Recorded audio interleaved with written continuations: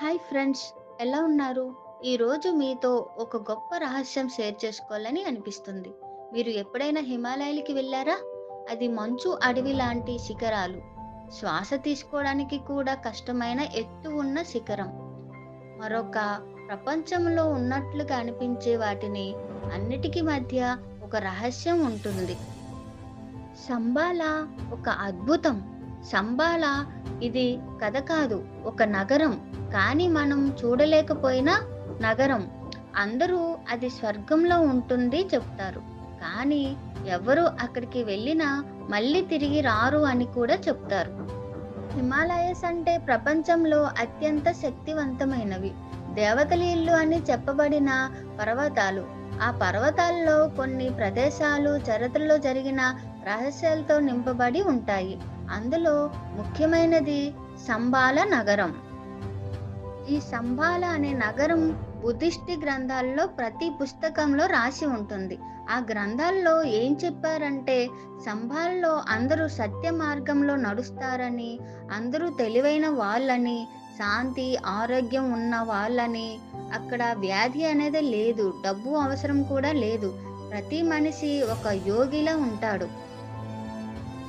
మీరు ఊహించుకోండి, ఒక ప్లేస్లో మంచి మాటలు మాట్లాడే వాళ్ళు మాత్రమే ఉంటారు. తప్పు లేదు, అసూయ లేదు, మోసం లేదు. మన ప్రపంచంతో పోల్చుకుంటే చాలా దూరం కదా. కానీ ఎవరైనా సంబాలాకి వెళ్ళాలంటే అది మంచి మనసు ఉన్న వాళ్ళకి సాధ్యం అవుతుంది. ప్రతి ప్రాణికి దూరంగా ఉన్నా కానీ మనసుకు దగ్గరగా ఉన్న ఒక నగరంలా.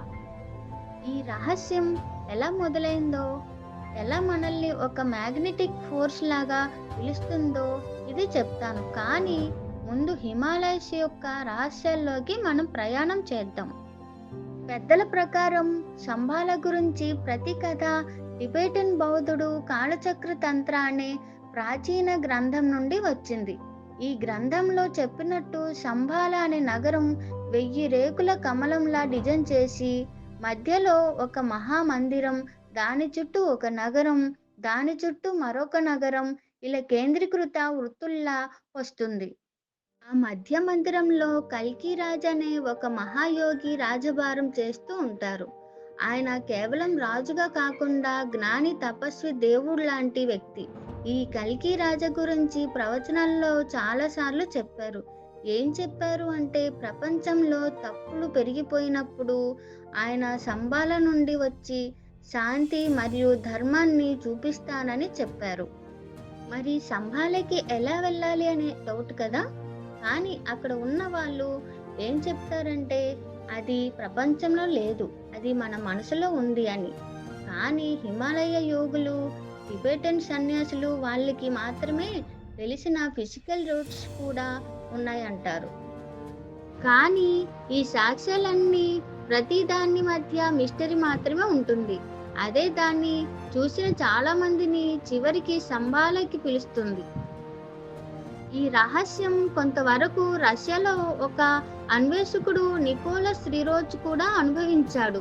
ఆయన 1920లో హిమాలయస్లో ట్రావెల్ చేస్తున్నప్పుడు ఒక ఆకాశంలో వెలుగుతున్న బంగారు డిస్క్ చూశాడని చెప్పాడు.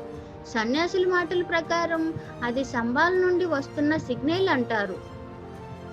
ఇది మాత్రమే కాదు, కొన్ని రష్యా చైనా బోర్డర్లో ఉన్న ప్రదేశాల్లో కూడా మిలిటరీ వాళ్ళు గుర్తించిన నో ఎంట్రీ జోన్స్ ఉన్నాయి. వాళ్ళ రికార్డ్స్లో ఆ జోన్స్లో కొన్ని సార్లు వింత ఆస్కంత కేంద్రాలు, ఉష్ణోగ్రత వైవిధ్యాలు మరియు వింత లైట్లు కూడా కనిపిస్తుంటాయి అంటారు. ఈ రహస్యదారి హిమాలయాల్లో కొన్ని గొప్ప గృహాల్లో ఉంటాయి.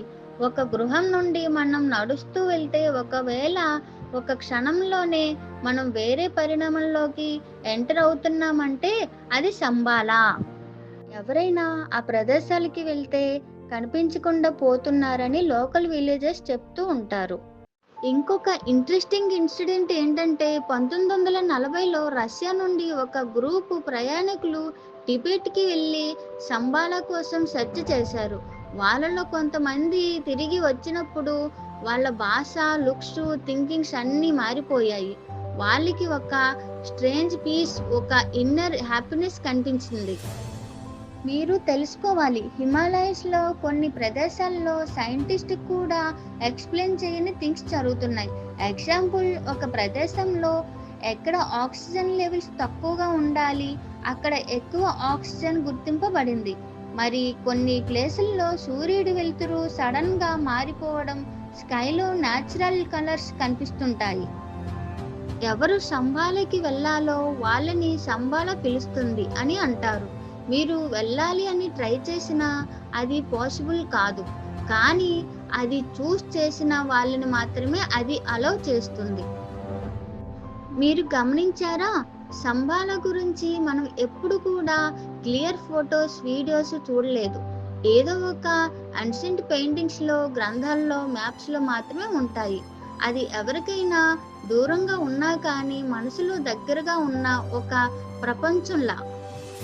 కాలం మారింది, టెక్నాలజీ పెరిగింది, డ్రోనెస్, శాటిలైట్స్, ఏఐలు కూడా వచ్చాయి. కానీ సంబాల ఇంకా ఎవరికీ కనిపించలేదు.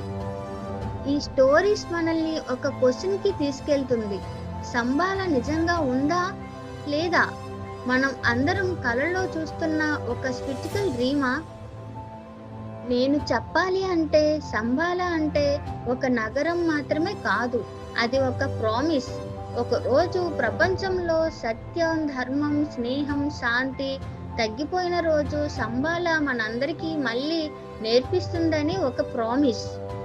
సంబాలకి వెళ్దామంటే ఒక ఫిజికల్ జర్నీ కాదు, అది మన మనసులో జరిగే ప్రయాణం. మన దురాశను తొలగించినప్పుడు, నిజం మాట్లాడినప్పుడు, ఇతరులను మనలాగా చూసినప్పుడు మన మనసులో సంబాల నగరం కనెక్ట్ అవుతుంది.